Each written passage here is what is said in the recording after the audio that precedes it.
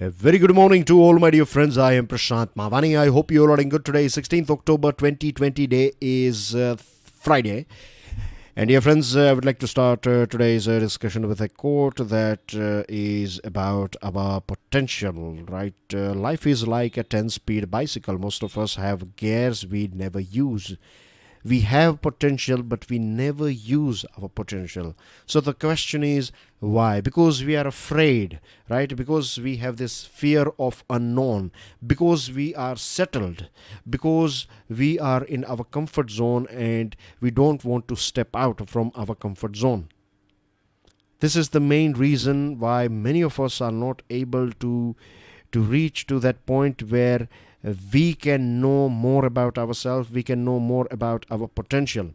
And so many of us, we have reached there, we know the sector or we know the field in which we can be at the top 10% or top 20%. We can be our best version in that particular field. We know that, but we don't do it because we are afraid about it. So the only key is, the only way out is just jump in, just do it, right? Start doing it. The only way to get rid of fear, the only way to generate confidence is to do it. If you do it, then only you can beat this ghost or demon that is holding you back. With this, dear friends, today we have a very important article on our table. It's about multilateralism, and we are going to talk about globalization. This article is written by Shyam Saran. Shyam Saran is a former foreign secretary. So you can understand how important this article is going to be. Rather than starting discussion directly on article, let me throw some light on globalization. The birth of globalization means globalization is, of course, it's not a new concept, right? We were not knowing about this thing, but we used to do it. Like if we talk about our country, India, that we have trading relationship with countries like UAE. Of course, at that point of time, they were not these nations. They were known by some other names. With Oman, particularly, we used to do trade with Oman, right? We have just Arabian Sea, and on this side you have Maharashtra, Gujarat, etc. So Oman, and if we talk about our South India, then we used to have good relationship with ASEAN nations. So we have historical data supporting the things that we are talking, right? So trade, marriages, so many things used to take place between different cultures or different countries or different kingdoms, to be more precise. And one of the main reasons was technology, right? There were a few kings or kingdoms they were very good with in our country, in South India. I'm talking about, right? They were one of the best in building ships. So this was the main reason why they used to reach out to various different nations. They used to send so many items. They used to bring things from there. So import-export was possible because of this technological development, technology of making good, sturdy, big ships that can carry a huge amount of load, and that can that can navigate through this some challenging waters. Then later on, if we talk about medieval era, then we found that three inventions changed the world forever. The first one was printing, right? Printing things, printing books, for example. The second one is invention of gun, and the third one is invention of magnetic compass, right? So why these three things? See, with the help of magnetic compass, various different colonial powers, like I'm talking about Spain, Portugal, I'm talking about Britain, I'm talking about Netherlands, right? France, Germany, these nations, they were able to find various different places on this planet Earth. With the help of the gun, what they did, they conquered people, right? They were able to win this fight or small battles. And the third thing, printing. With the help of printing, with the help of books, with the help of literature, with the help of things, written documents, what they did, they psychologically trapped these people. If I can push my ideas on you, if I can create a situation where in which wherever you go, you will come across the material that I want you to read. So on psychological level as well, on I can dominate your mindset. So that's what these three things did to the world. Very interesting, isn't it? Then if we cut down this whole time, then if we talk about last 10 years or so, before Mr. Trump, a few years before Trump, we saw this thing that in various different European countries, there was this hyper-nationalism wave going on, right? That get rid of all these migrants, and we don't want these migrants coming from Africa, and we don't want these people coming from parts of Syria and other nations. Because these nations were they used to rule parts of Middle East, they used to rule parts of Africa. So naturally, these people of Africa, these people of Syria and other places, right? They thought that the best place to go is to someone who has been here, someone who understands. Like they have this cultural relationship with they have this cultural connection, not relationship, but I would say connection with this European powers. So this was the main reason why so many African people, so many people from West Asia, they started heading towards Europe. And then we saw this whole wave of hyper-nationalism. And this was visible during the campaign of Mr. Trump during his 2016 election, isn't it? Yes, 2016 election. At present, things are a bit different. It's more about China and things. But then when Mr. Trump came in, so that was a green signal. That was like entering into a new world of hyper-nationalism, about protectionism. And in last 4 years, we have came across this question as well, that is globalization going to end? This is the main question that we are trying to answer here today. Right? This is the main thing. Is it an end of globalization? We see hyper-nationalism in various different nations. So will this end globalization forever? Now let's start with this. See, at present we are living in a very paradoxical world. At present we know that COVID-19 is destroying so many families, so many societies, so many countries, right? And to fight, if you have one enemy that is destroying the whole world, then the best thing is to collaborate and fight against that particular enemy.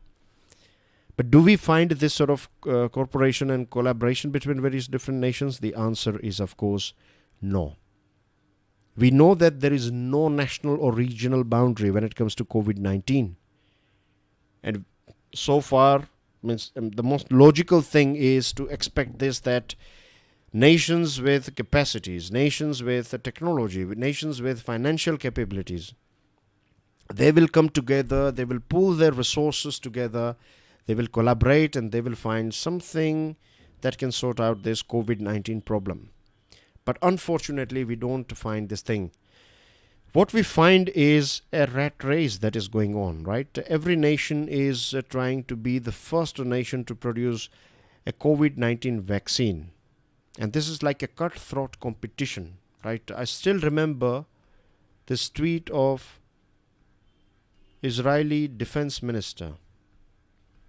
A few months ago, Israeli Defense Minister tweeted that Israel has found a vaccine or a medicine for COVID-19. Where is that medicine? We don't know which stage it is. So this sort of claims, right? What this claim indicates, that we want to be the first. It doesn't matter whether it will have side effect or not. We want to be the first. We want to project ourselves as one of the best nation, one of the most technologically advanced nation in the world, because 21st century is all about technology. The more technology you have, the better you are going to be in every field. If you have good technology for mining, you are going to mine more resources. If you are good with space, right? If you have space technology, then you will be launching space shuttles and so many other things for various different nations. You will be charging fees for so many usage of satellite and telecommunication, and I can go on and on, So technology is something that means it's a race that is going on between various different countries, and this is like a cutthroat competition. There is a competitive compulsion at work which may be appropriate in economic and commercial domains. If two nations are competing with each other in terms of car industry, in terms of mobile industry, in terms of blah blah blah, then that's fine. We can understand, that's fine. This is how you need to go, right? More competition is good for consumer, but when lives of people are at stake, how can you behave like this? This is illogical, and we are going to lose our battle if we behave like this. Nicholas Eberstad has rightly said that the post-pandemic world will have no choice but to contend at last with a problem long in the making: the awful dilemma of global integration without solidarity. I am part of the team, but I will not contribute. And that is the behavior of every other nation in the world, right? Most of them, we meet together at UNGA, we meet at various different platforms. It's not necessary that everything is under UN. We'll talk about UN as well. But then we find regional players as well, regional groups as well. For example, SAARC, South Asian Association of Regional Cooperation. So why we find, means the problem with SAARC is that every time India is trying to do something, Pakistan will do something else, right? If we want to increase, see, India proposed, or the SAARC proposed, I'm not saying that every credit should go to India, that may look biased. So SAARC said that we need to have something like Europe, right? Every SAARC nation can trade with each other freely. We can have open borders as far as trade is concerned and things like that. But Pakistan said no. And because of Pakistan not agreeing, right, Afghanistan is suffering and other nations are suffering. So we have this sort of things, right, that we are part of a group, but we are not ready to contribute. But a ray of hope is this Nobel Peace Prize given to World Food Program. A few days ago, we were talking about World Food Program, and the biggest hurdle for World Food Program is, mind you, WFP is a very successful organization. It has fought against hunger, and it is helping so many countries like India as well to fight against hunger. But it is always short in money. 4.1 billion or something, shortage of it needs $4.1 billion more to fight against hunger. But we find that big countries, right, powerful countries, they are not giving that much. And because of this thing, they are extracting resources from various different parts of the world. They are making money out of it, but they are not distributing this wealth with poor nations. They are destroying global commons, that is the environment, right? These countries are developed countries. They have so far destroyed this environment, but they are not ready to give any money in return. They are not ready to invest money after green technologies and helping other poor nations, like poor island countries who are suffering from this rising sea level. So World Food Program is a very important organization of UN, and giving this award, Nobel Peace Prize, is an important message that we need multilateralism as an expression of international solidarity. If we want to get rid of something, then we have to collaborate, because things are interconnected with each other. I'll give you some examples about this interconnectedness. Pandemic, this COVID-19 has washed away all the gains that we have achieved in the last few years in this fight against poverty. As per WFP, 132 million more people could become malnourished as a consequence of the pandemic. 690 million people go to bed each night on an empty stomach. Can you believe this thing? So next time, if you waste food, Remember this fact that 690 million people every single day on this planet Earth, they have to sleep with empty stomach because they don't have access to food. They cannot afford food. And 100 million or more will be added. So we are talking about, roughly speaking, 800 million people will go hungry every single night because of this pandemic. 690 million were already there. Pandemic is going to add 100 million more. Then we talk about United Nations, right? United Nations at 75. We have talked about United Nations early on as well, that we need reforms. It is an outdated organization. UN has, it's okay. UN is the good thing about, or positive point about UN is that UN has kept alive, and this is a very important point, right? That UN has kept alive the notion of international solidarity and cooperation. It has become increasingly marginal in mobilizing international responses to global challenges. The fault lies with its most powerful member countries. We are talking about P5. So the positive point about UN is that it has kept alive the notion of international solidarity and cooperation. So that is a positive point. The reason for the weakness of UN is this most powerful nations, particularly P5 nations, United Nations Security Council, P5 members with veto power, right? We have, roughly speaking, nearly 200 members in United Nations General Assembly. This is a question for you. I'll ask the same question in the Hindi version. Tell me how many members are there in UNGA. Stick your answer in the comment section. This is your question. So on one side you will have what, 200 members plus minus 10, 20, 30, right? I'm not giving you the right number. On the other side you have these 5 nations. They will do what they like, right? They will get what they want. That's how they have behaved in last, roughly speaking, 75 years. And they have deprived the UN of resources. They have never allowed a proper culture of collaboration. So we need to change this thing. And if we see India's stand, then we can learn what India thinks of the world, as well as how much importance India gives to multilateralism, to globalization.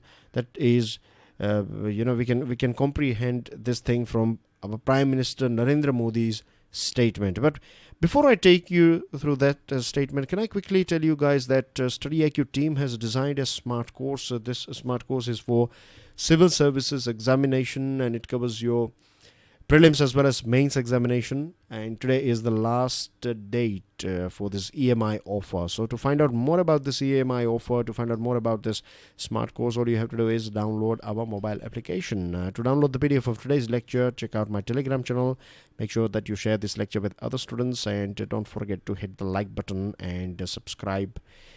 Press the subscribe button as well if you have not. Now, we are talking about Prime Minister Narendra Modi, right? So India firmly believes that the path to achieve sustainable peace and prosperity is through multilateralism. As children of planet Earth, we must join hands to address our common challenges and achieve our global goals. There are so many multilateral institutions around the world. Not all of them are part of UN. Some are run by NGOs. There are a few NGOs working with each other. There are like hybrid. Some NGOs and countries are working with each other. That's fine. But just imagine if the whole world collaborates with each other and genuinely we are ready to share things with each other. Right? When it comes to business, that's fine. We can have our own. We can look after our own interest. But when it comes, when it is about humanity, when it is about climate change, when it is about our animal species or vertebrate species dying, and we know that we are going downhill. This is the time we need to collaborate. But the biggest problem is every nation trains, their foreign officers or Ministry of External Affairs or Foreign Office, etc. Right? Their players, their main mantra is whenever they meet, It's always concede as little as possible and extract as much as you can. In business, yes, you can do that. But when it comes to pandemic, when it comes to climate change, we need to get rid of this old pattern, this old training to concede as much as little as possible and extract as much as you can. Use it in business, in trade, in investment, but never use it in climate change and current pandemic or any other challenges. So we need to get rid of this thinking, and globalization has helped us. As I told you, right, globalization is driven by technology. Its birth took place because of technological advancement, and it's going to stay with us because at present the key driver of economic growth is technology. There are many people, they say that first we need to sort out our country, then we can go and help other nations. That is a very narrow way of thinking. I'll give you one example. See, we know that poverty is a problem in our country, right? We understand that. And we have one of the largest amount of poor people living in our country. But if we don't help countries like, African countries, poor countries, Ethiopia, and there are Rwanda and other poor nations, right? Their problems are that if you just provide them food, then they are okay. That will put their wheel in motion. So by helping or doing a little bit of help to them, by providing medicine, by providing education, right, we are making a positive change. It's like, I'm not giving you a new car. What I'm giving is, I'm just giving you 10 liter of petrol. When I give you 10 liter of petrol, you have car and everything, right? You don't have the best car in the world, but this 10 liter of petrol will not only start your car, but it will also last till the time you reach your home. Once you are at your home, then you can start your business, and then you can start your thing, and then you can buy a new car. So it's like that. When we help some other nations, it's not like first we need to look after ourselves. Once we are 100% satisfied, then we can look after someone else. That's what some nations are doing, which is not helping the world. And it can also apply to this thing that when it comes to carbon emission, if we let's imagine that from tomorrow we are zero carbon emitter. But if other nations are doing as it is, then that's not going to help India. Then it comes to interconnectedness, right?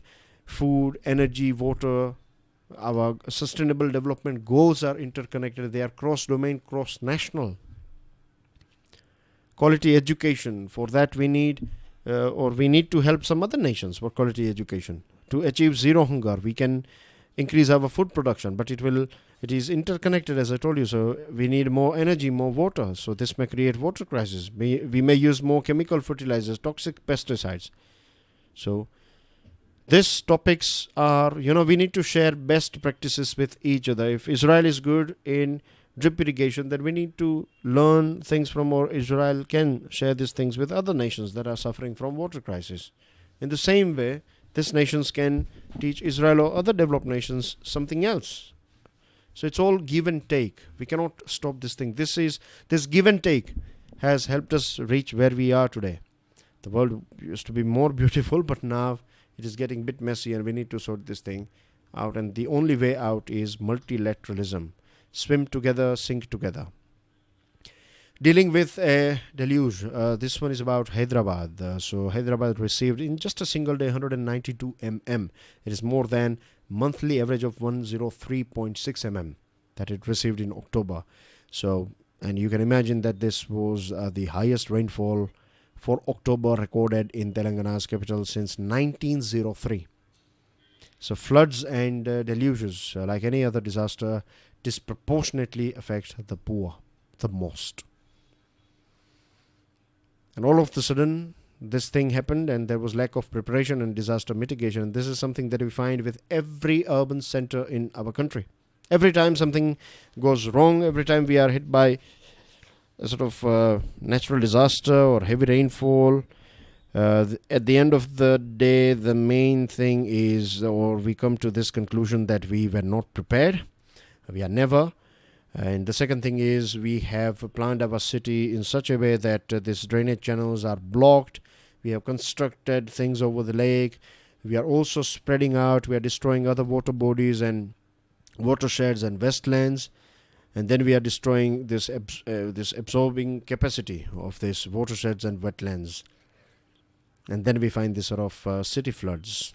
So we need more gutters. We need more waste disposal channels. And at the same time, we need more preparedness, as well as we need technology. We need weather forecast. If a depression is forming at or over the Bay of Bengal, then we should have this warning in advance, 2-3 days prior, that it may turn out it may result into a big flood in this many cities. We need to reach out to that much accuracy.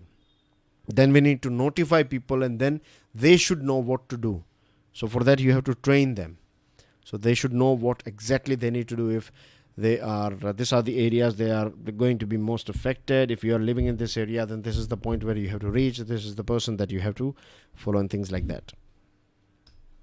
Advanced planning is the only way out. And that's basically everything in today's discussion, dear friends. This one is a very important item, right? India to deliver kilo-class submarine INS Sindhuvir to Myanmar Navy. And today is hand washing day. So make sure you reach out to as many people as possible and spread this message and about this importance of hand washing. And that's basically everything from my side. Thank you very much for watching this video. God bless you all. Jai Hind.